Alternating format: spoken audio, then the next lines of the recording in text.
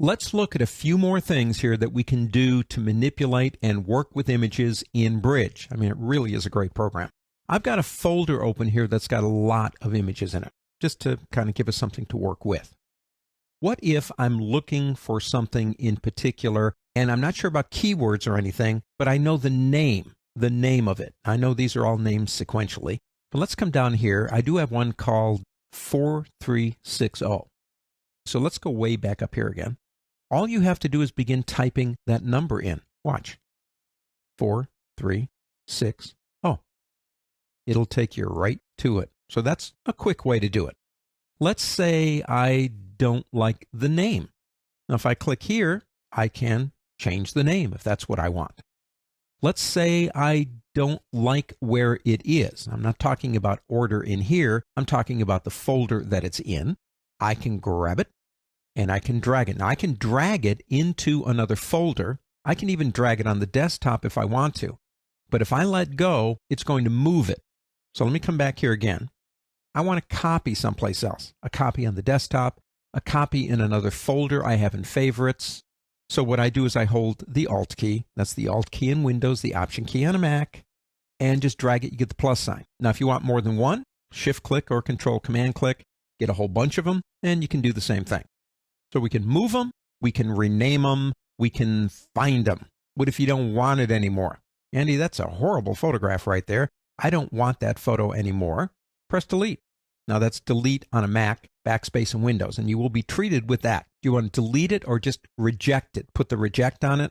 Now, if you say delete, it's going to take it into the trash. In the trash can, it will still be there for you, but there is an undo to this. If you delete something and go, boy, I wish I hadn't deleted it, you can go to the word edit and select undo, and it will undo even a delete if you've done it. But if you've forgotten and close Bridge down, don't forget it would still be in your trash can if that's something you wanted to do. Now, one of the other things that I love about working in Bridge is being able to rename things in a batch.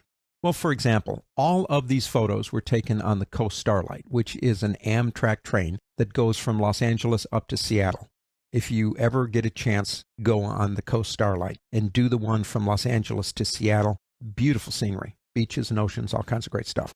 Anyway, I've got a lot of photos, but I don't want them named DSC, and that's my D3's naming convention, okay? I want them Coast Starlight and then numbered from 1 to whatever. So I'm going to select everything, Command-A on a Mac, Control-A on Windows, go up to the word Tools on the pull-down menu, and go to Batch Rename. Now, I'm going to rename in the same folder. You don't have to. You can move them or copy them. The new file name will be text. The last one I did was Hawaii. And it's going to be called Coast Starlight. I suppose I could put Amtrak in there too if I wanted to. Sequence will start at 1.